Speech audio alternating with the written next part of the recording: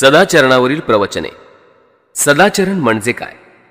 एकेवेळी भगवान एका थोर भिक्खू संघासह कोशल जनपदात चारिका करत असताना ते कोसलच्या झाला नावाच्या गावी आले. ही वार्ता झालामधील ब्राह्मण कुलपतींच्या कानावर आली. त्या भगवान बुद्धांचं दर्शन घेणे बरे असे वाटल्यावरून ते झाला ग्रामचे ब्राह्मण भगवंतांकडे आले आणि कुशल विचारून बाजूला स्थानापन्न झाले. त्यांनी भगवंतांना सदाचरणाचा अर्थ स्पष्ट करायला सांगितला. त्या श्रवणोत्सुक ब्राह्मणांना भगवंतांनी सांगितलं, शारीरिक दुराचरणाचे आणि दुष्टपणाचे 3 प्रकार आहेत. वाचिक आणि वैचारिक दुराचरणाचे अनुक्रमे 4 आणि 3 प्रकार आहेत. शारीरिक दुराचरणाचे प्रकार याप्रमाणे. यात मनुष्य पारधी म्हणून आपल्या रक्तरंजित हाताने हिंसाधीनतेने सजीव प्राण्यांची निर्दयतेने हत्या करीत असतो. दुसऱ्या प्रकारच्या शारीरिक दुराचरणात मनुष्य जे आपले नाही ते घेतो. गाव आणि जंगल यामधील लोकांची मालमत्ता चोरून तो आपलीशी करतो. तिसऱ्या प्रकारच्या दुराचरणात मातापिता, बंधू भगिनी यांच्या स्वाधीन असलेल्या वांगनिश्चय होऊन वांगनिश्चयाचा माल धारण करणाऱ्या कन्येशी व्यभिचार करणे याचा समावेश होतो. वाचिक दुराचरणात प्रथम खोटेपणा मोडतो. यामध्ये सभेत किंवा गावच्या, कुटुंबाच्या, राजाच्या किंवा आपल्या व्यवसायाच्या श्रेणीच्या परिषदेसमोर साक्ष देताना जे माहीत नाही ते माहीत आहे, जे माहीत आहे ते माहीत नाही, जे पाहिले नाही ते पाहिले आहे, पाहिले ते पाहिले नाही, अशा तऱ्हेची स्वार्थासाठी किंवा कुणी माणसासाठी अथवा यंकिचित लाभाच्या अभिलाषेने मनुष्य जाणून बुजून साक्ष देतो. दुसऱ्या वाचिक दुराचरणात चुगलखोरीचा समावेश होतो. या दुराचरणांनी युक्त असलेला मनुष्य माणसाची मनं दुसऱ्या माणसाविरुद्ध कलुषित करण्यासाठी इथे कानी पडलेल्या गोष्टी तिथे सांगत सुटतो. असा मनुष्य माणसातील ऐक्य मोडणारा, कलागती लावणारा असतो. कलागती लावण्याची त्याची नियत त्याला बोलायला लावते. कलागती हे त्याचे सुख आणि आनंद असतं. तिसऱ्या प्रकारच्या वाचिक दुराचरणाने युक्त असलेला मनुष्याची वाणी कडवट असते. त्याचे शब्द असंस्कृत, कठोर, तीव्र, मर्मभेदी, क्रोध आणणारे आणि चित्त विचलित करणारे असतात. चौथ्या प्रकारच्या दुराचरणाने युक्त असलेला मनुष्य म्हणजे सदैव बडबड करणारा माणूस. तो बडबडताना आपण सत्य सांगतो आहोत की नाही, की हितकर बोलतो आहोत की नाही, किंवा ते करतो आहोत की नाही याचा विचार करत नाही. त्याच्या बोलण्यात धर्मही नसतो, नीतीही नसते. काहीतरी क्षुद्र, अनुचित, पोरकट, ज्याला बुंधा नाही, शेंडा नाही, अशी निरर्थक बडबड तो नेहमी करत असतो. वैचारिक दुराचरणाच्या पहिल्या प्रकारात लोभ विकृतीचा समावेश होतो. असा मनुष्य परधनाचा सारखा हव्यास धरीत असतो. दुसऱ्या प्रकारच्या दुराचरणात दुसऱ्याचा दुस्वास, द्वेष यांचा अंतर्भाव होतो. असा मनुष्य दान, त्याग, दक्षिणा अशी काही गोष्टी आहेत असं तो मानतो. त्याला वाटतं सत्कर्म किंवा असत्कर्म यांची फळे भोगावी लागतात हे काही खरे नव्हे. इहलोक आणि परलोक हे सगळं झूट आहे असं तो मानतो. आईबाप, आप्तेष्ट यांनाही तो मानत नाही.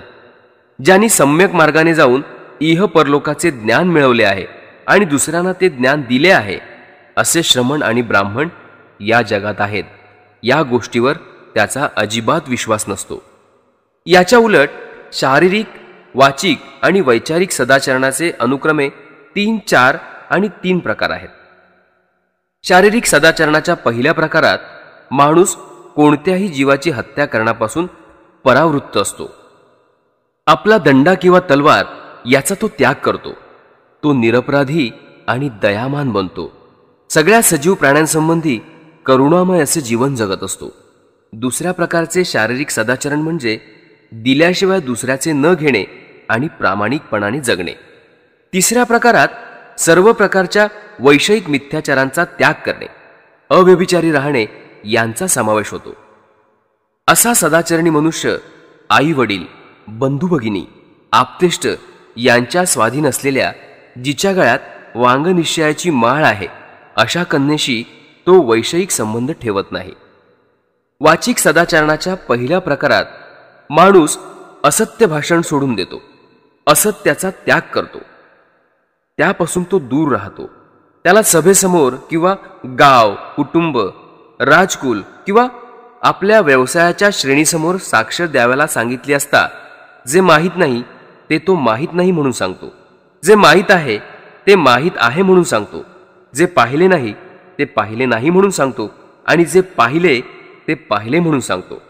स्वार्थासाठी, दुसऱ्यासाठी अथवा क्षुद्र लाभासाठी तो कधीही बुद्धिपुरस्सर खोटं बोलत नाही. दुसऱ्या प्रकारच्या वाचिक सदाचरणामध्ये मनुष्य चुगलखोरीचा त्याग करतो, निंदेपासून परावृत्त होतो. लोकांमध्ये कलागती लावण्यासाठी जे इथे ऐकले ते तिथल्या लोकांना सांगत नाही आणि जे तिथे ऐकले ते इथल्या लोकांना देखील सांगत नाही. तो ऐक्य निर्माता आणि प्रेमभाव वाढवणारा असतो. माणसा माणसात सुसंवाद, ऐक्य राखणं हे त्याचे सुख आणि आनंद आहेत. तिसऱ्या प्रकारच्या वाचिक सदाचरणात मनुष्य कटू शब्दांचा त्याग करतो, त्यापासून परावृत्त होतो. तो जे काही बोलतो त्यात खवचटपणा नसतो. त्याचे भाषण आल्हाददायक, मैत्रीचे, कळकळीचे, सुसंस्कृत, हितकर आणि सर्वांना स्वागतार्ह असते. चौथ्या प्रकारच्या वाचिक सदाचरणात मनुष्य व्यर्थ बडबड करत नाही. तो उचित आणि वास्तविक आणि नेहमी लाभदायक असं बोलतो. योग्य, संस्मरणीय, उद्बोधक, व्यवस्थित आणि अतिहितकर अशा रीतीने तो धर्म आणि नीतीसंबंधी भाषण करतो. वैचारिक सदाचरणाच्या पहिल्या प्रकारात मनुष्याच्या ठिकाणी लोभाविष्टापणाचा अभाव असतो. परधन आपले व्हावे अशी तो हाव कधीही धरत नाही. दुसऱ्या संबंधी दुस्वास किंवा द्वेष यांना तो आपल्या विचारात स्थान देत नाही. आपल्या भोवतालचे प्राणी निर्वैर, सुखी, सुरक्षित आणि कोणत्याही प्रकारच्या शत्रुत्वापासून आणि छळापासून दूर राहावे अशी त्याची इच्छा असते. त्याची दृष्टी सम्यक आणि संकल्प हे प्रमादरहित असे असतात. दुराचरण आणि सदाचरण यांचा मी असा अर्थ लावतो. सदाचरणाची आवश्यकता. एकदा भगवंतांनी पाटली गावातील आपल्या उपासकांना असा उपदेश केला, गृहस्थ हो, दुष्ट आणि अनितिमान गृहस्थाला असे दुष्परिणाम भोगावे लागतात. दुष्ट आणि अनितिमान मनुष्याला आळसामुळे द्रव्यहानी सोसावी लागते. नंतर त्याची अपकीर्ती जगात पसरते आणि लोक त्याला मान देईनासे होतात. ज्या लोकांच्या समाजात तो जातो, मग ते क्षत्रिय असोत, ब्राह्मण असोत, गृहपती असोत किंवा श्रमण असोत, त्यांच्यामध्ये तो लाजतो आणि मनात गोंधळतो. तो निर्भय नसतो. हा त्याचा तिसरा तोटा आहे. परत त्याला मानसिक शांती कधीही लाभत नाही. अशा मानसिक अशांततेमध्येच त्याचे मरण ओढावते. हा त्याचा चौथा तोटा आहे. दुष्ट आणि अनितिमान माणसाची हे गृहस्थ हो अशा प्रकारची हानी होते. याच्या उलट जी माणसं सज्जन, शीलवान आहेत त्यांना काय लाभ होतो याचा विचार करा. सज्जन, शीलवान मनुष्याला त्याच्या परिश्रमामुळे विपुल द्रव्य लाभ होतो. त्याची सत्कीर्ती जगभर पसरते. त्याला सगळीकडे मान मिळतो. तो क्षत्रियांच्या, ब्राह्मणांच्या, गृहपतींच्या किंवा श्रमणांच्या समाजात जाऊन तिथे निसंकोच आणि आत्मविश्वासाने प्रवेश करीत असतो. त्याला मानसिक शांतता लाभलेली असते. कधीही मर्त्यसमयी तो शांत चित्ताने देहत्याग करतो. मूर्ख मनुष्याला तो मूर्खपणाने जे पाप करीत असतो त्यातील मूर्खपणा कळत नाही. अग्नीप्रमाणे त्याची पापे त्याचा नाश करत असतात. जो कोणी निरुपद्रवी, निष्पाप अशा प्राण्याला दुःख देतो त्याच्या वाट्याला महान आपदा, मानसिक अशांती, आप्तेष्टांचा वियोग आणि द्रव्यहानी ही कायम येत असते. सदाचार आणि जगाचे अधिकार. एकेवेळी भगवान खारीना जिथे दाणे घालत असत त्या गृहातील वेळूवनात राहत होते. त्यावेळी स्थवीर सारीपुत्त एका मोठ्या भिक्खू संघासह दक्षिण पहाडामध्ये चारिका करत होता. वाटेत राजगृहामध्ये राहिलेला एक भिक्खू सारीपुत्ताला भेटला.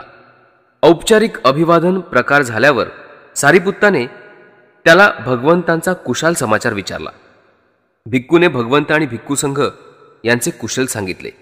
त्याप्रमाणेच सारीपुत्ताने विचारल्यावरून राजगृह नगरात तंडुल पालदारालपाशी इथे राहणाऱ्या धनंजयाने ब्राह्मणाचा कुशल समाचार सांगितला.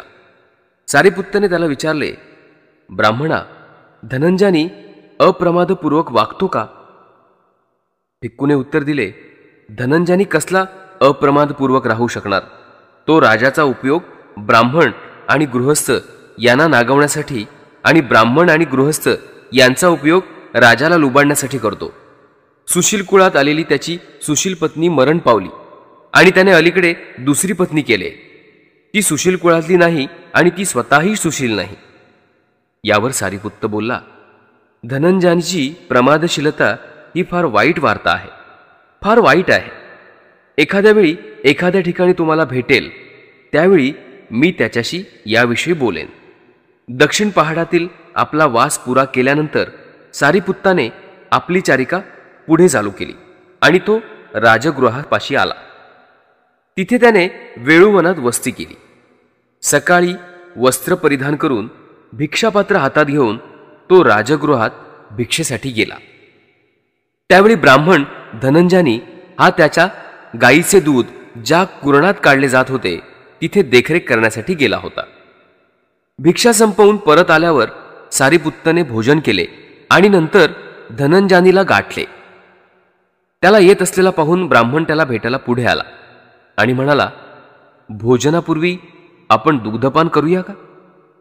सारिपुत्ताने उत्तर दिले, नको ब्राह्मणा, माझं जेवण झालंय आणि दुपारच्या वेळी मी एका झाडाखाली विश्रांती घेणार आहे. तू तिथे ये. धनंजयानीने हे मान्य केलं आणि आपल्या भोजनानंतर तो सारिपुत्तला भेटायला गेला. सारिपुत्तला अभिवादन करून तो त्याच्या बाजूला जाऊन बसला.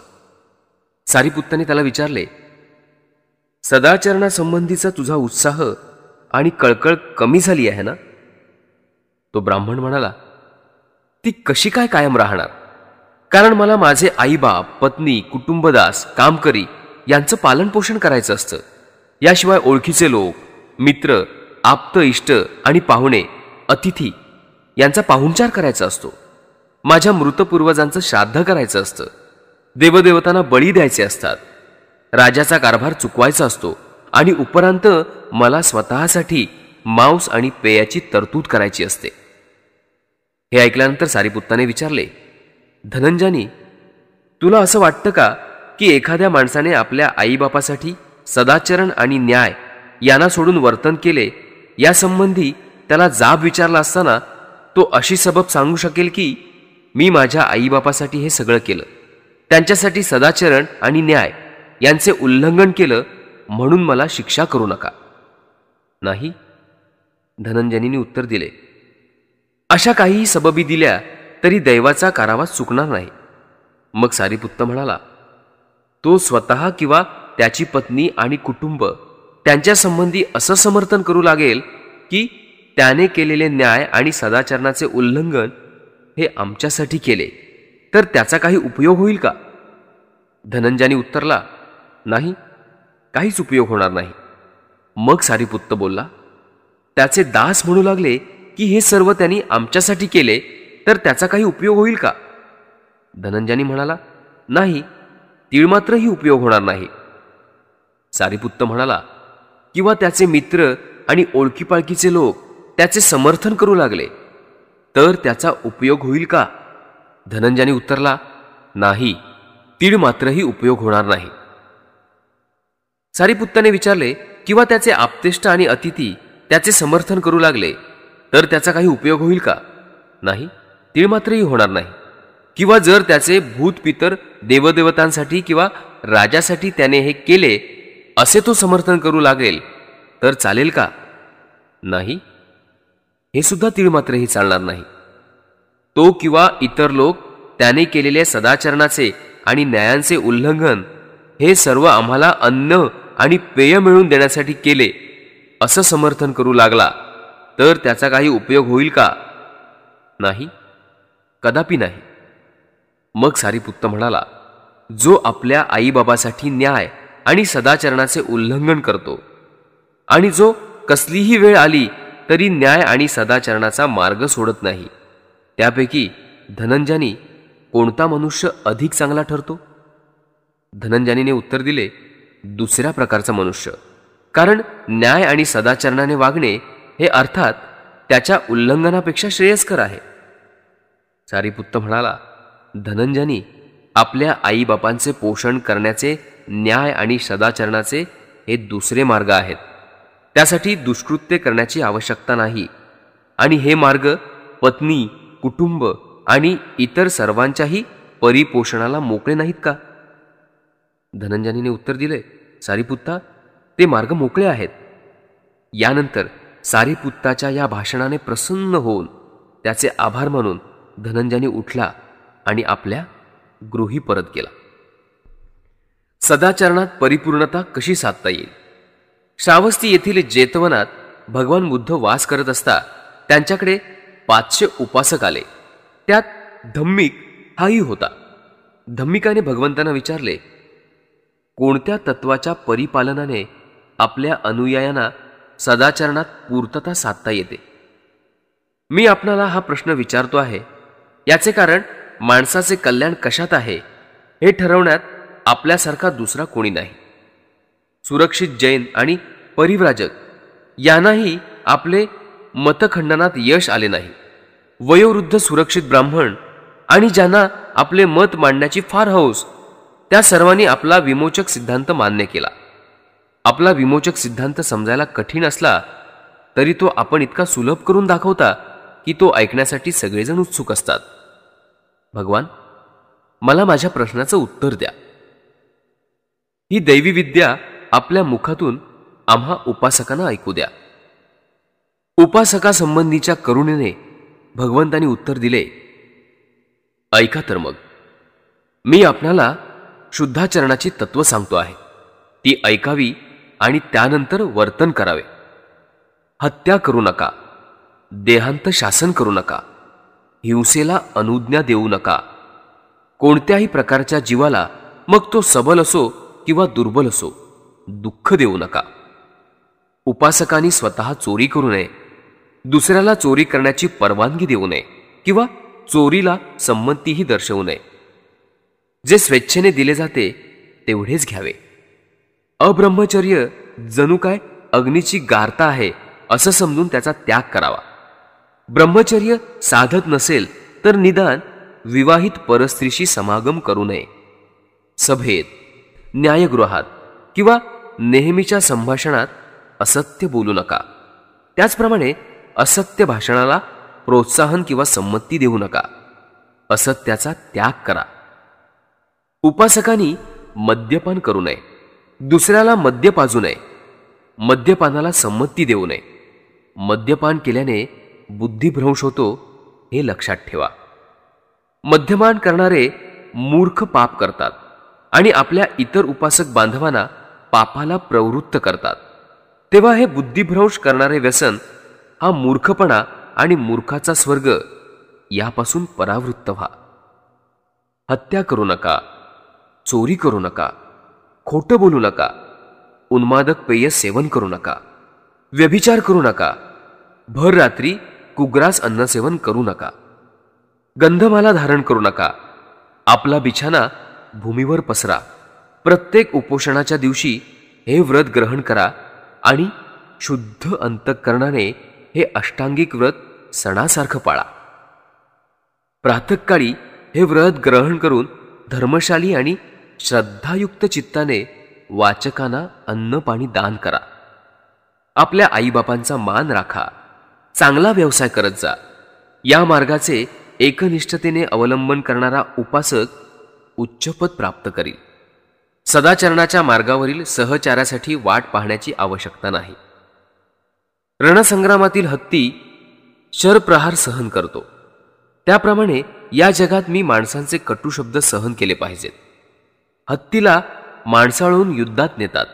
माणसाळवलेल्या हत्तीवर राजा आरोहण करतो. त्याप्रमाणे ज्याला कटू शब्दाने राग येत नाही तोच सर्वोत्कृष्ट सुसंस्कृत मनुष्य होय. शिकवलेली खेचरे चांगली असतात. सिंधू देशातील जातिवंत अश्व आणि बलवान गजराज हे सगळे खरोखरच चांगले असतात. पण या सर्वाहून आत्मसंयमी पुरुष हा श्रेष्ठ असतो. अश्व, गज ही सर्व वाहने आपणाला निर्वाणापर्यंत नेऊ शकत नाही. त्या मार्गावर आत्मसंयमाचे आत्मवहनच चालू शकते. अप्रमादी राहण्यात आनंद माना. आपल्या विचारावर अविश्रांतपणे लक्ष असू द्या. ज्याप्रमाणे चिखलात रुतलेल्या हत्तीला मोठ्या श्रमाने बाहेर काढतात, त्याचप्रमाणे प्रयासाने स्वतःचे कुमार्गापासून विमोचन करा. सद्वर्तनी, दृढ मनाचा आणि बुद्धिमान असा सहप्रवासी तुम्हाला आढळला तर आपल्या सर्व चिंता मागे टाकून आनंदाने त्याच्या मागून चालू लागा.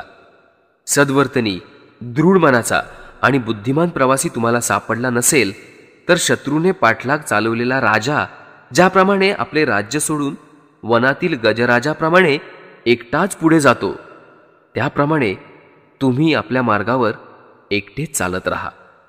एकांत पत्करला, पण मूर्खांशी मैत्री नको. दुष्कृत्य न करता एकटेच राहा. आपल्या गरजा मर्यादित करून एकटेच राहा. वनातील गजराज एकटाच खात फिरतो, त्याप्रमाणे एकांत पत्करा. कुविचार मनातून उखडून टाका. ते उखडून टाकण्याचा मार्ग असा आहे. जरी दुसरे उपद्रव करत असले तरी मी उपद्रव करणार नाही, असा निग्रह करून कुविचार उखडून टाका. जरी दुसरे हत्या करत असतील तरी मी हत्या करणार नाही. जरी दुसरे चोरी करत असतील तरी मी चोरी करणार नाही. जरी दुसरे पवित्र जीवन आचरित नसतील तरी ते मी आचरणारच. जरी दुसरे खोटं बोलत असले, निंदा करत असले, विरुद्ध वागत असले तरी तसे ते मी करणार नाही. जरी दुसरे लोभविष्ट असले तरी मी परधनांचा लोभ धरणार नाही. जरी दुसरे मत्सरी असले तरी मी इतरांच्या बद्दल सदिच्छा बाळगीन.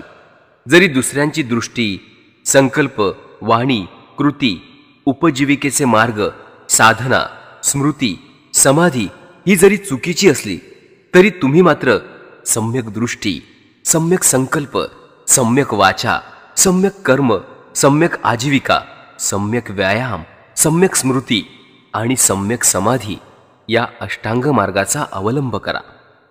जरी दुसरे आर्य सत्यासंबंधी, मोक्षासंबंधी चुकत असले तरी तुम्ही मात्र त्यासंबंधी बरोबर राहण्याचा प्रयत्न केला पाहिजे.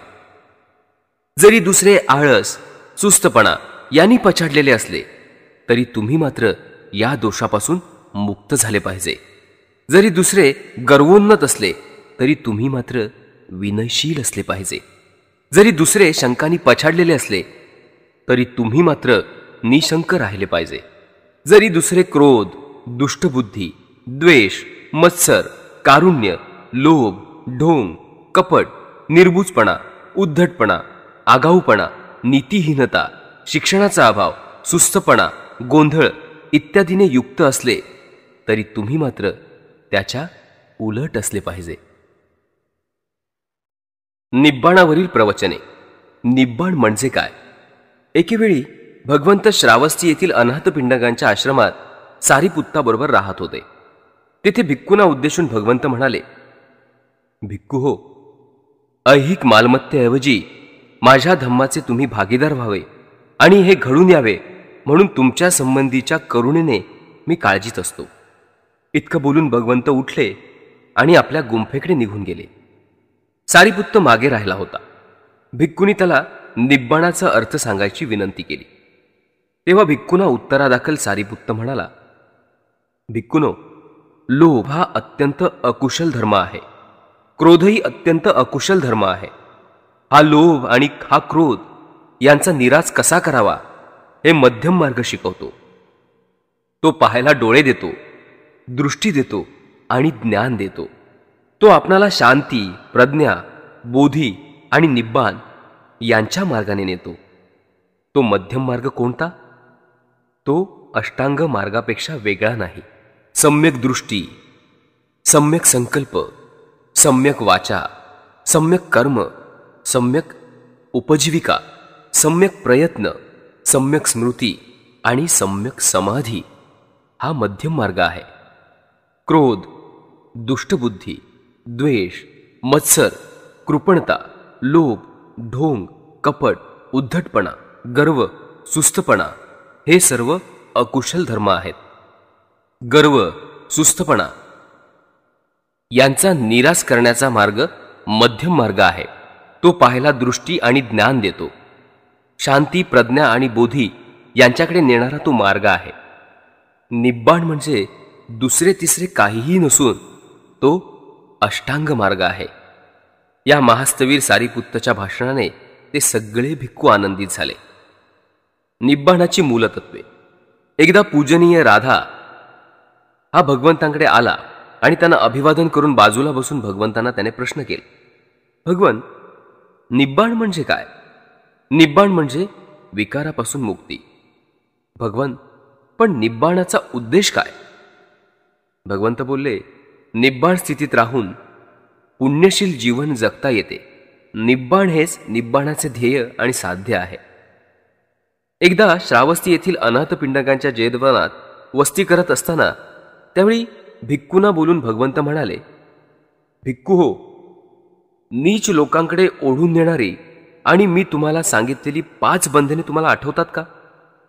त्यावर स्थवीर मालुक्यपुत्त भगवंतांना म्हणाला, भगवंत, ती 5 बंधने मला माहीत आहेत. मालुक्यपुत्ता, ती कोणती आहेत ते सांग.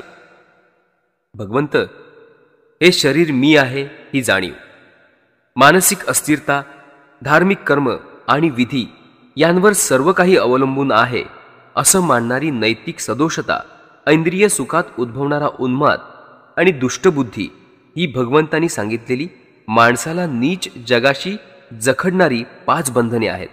आणि ही 5 बंधने भगवान मला माहीत आहेत. मालुक्यपुत्ता, कोणत्या अनुषंगाने ही 5 बंधने मी तुला सांगितली होती ते तुला माहीत आहे का? अन्य मार्गाचे अनुयायी अर्भकाचे उदाहरण देऊन पुढील प्रमाणे बोलून तुला नाव ठेवणार नाहीत का? मालुक्यपुत्ता, अर्भकावस्थेत आपल्या पाठीवर लोळणाऱ्या अबोध बालकाचे शरीर अविकसित असते. मग त्याच्या ठिकाणी शारीरिक जाणीव कशी निर्माण होईल? त्याचप्रमाणे आपल्या पाठीवर लोळणाऱ्या या अबोध अर्भकाचे मन अविकसित असते. त्याच्या ठिकाणी मानसिक अस्थिरतेची अवस्था कशी उद्भवणार? हे खरं की तरीसुद्धा त्याच्या ठिकाणी अस्थिरतेची वृत्ती सुप्तावस्थेमध्ये असते. मालुक्यपुत्ता, त्याप्रमाणेच ते अर्भक नैतिक आचार कसा करणार? त्याच्या ठिकाणी धार्मिक विधी आणि कर्मे यावर अवलंबून राहण्याची नैतिक सदोषता कशी असणार? तरीसुद्धा त्याच्या ठिकाणी ती वृत्ती सुप्त अवस्थेमध्ये असते. मालुक्यपुत्ता, त्या अर्भकाच्या ऐंद्रिय वासना अविकसित असतात. मग ऐंद्रिय सुखापासून उद्भवणारा उन्माद तो कसा जाणणार? पण तशी वृत्ती सुप्तावस्थेत त्याच्या ठिकाणी असते. आणि शेवटी हे मालुक्यपुत्ता, त्या अर्भकाच्या दृष्टीने दुसऱ्या जीवांना अस्तित्व नाही. मग ते प्राणीमात्रासंबंधी आपल्या मनात दुष्टबुद्धी कशी धरणार?